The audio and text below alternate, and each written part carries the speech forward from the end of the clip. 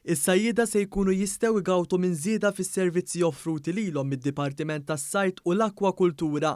F'konferenza tal-aħbarijiet mill-Ministru għall-Agrikoltura u s-Sajd Anton Refalo intqal li dan qed isir biex jitjiebu l-proċeduri li jgħaddu minnhom is-sajjieda Maltin u Awċin. Dan minbarra li se jinfitħu wkoll żewġ uffiċċji ġodda viċin tas-sajjieda f'Marsa Xlokk u San Pawl il-Baħar. F'dawn iċ-ċentri is-sajjied se jkun jista' jinqeda mingħajr ma jmur id-Dipartiment tas-Sajd u l-Akwakultura.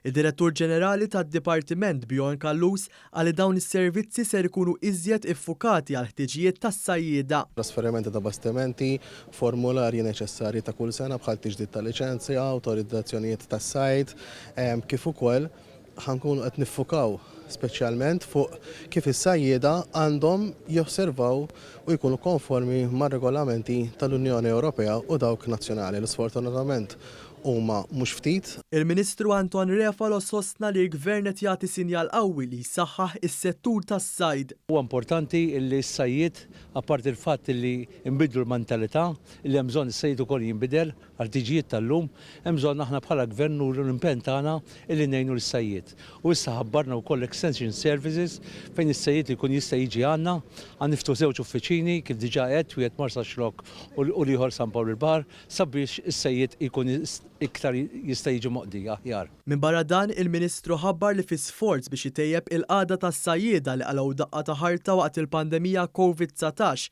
Is-sajjieda se jkunu eżentati milli jiddikjaraw kemm il-ħuta qabdu matul din is-sena filwaqt li qed tinħadem ukoll skema ta' kumpens għat-telf u n-nuqqas ta' xogħol.